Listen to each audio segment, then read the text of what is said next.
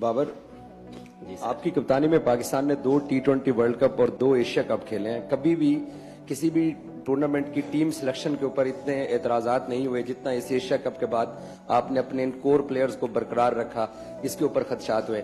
इन players के साथ आपकी बातचीत क्या हुई है, क्योंकि इन्होंने आपको अच्छा रिजल्ट तो नहीं दिया है, फिर भी आप इन सबको कैरी कर रहे हो। रिजल्ट देखें, जैसे मैंने पहले बात की है, जब भी आप कोई टीम बनाते हैं उसके लिए आपको कोर होना अच्छा बहुत ज़रूरी है, और ये वही प्लेयर हैं।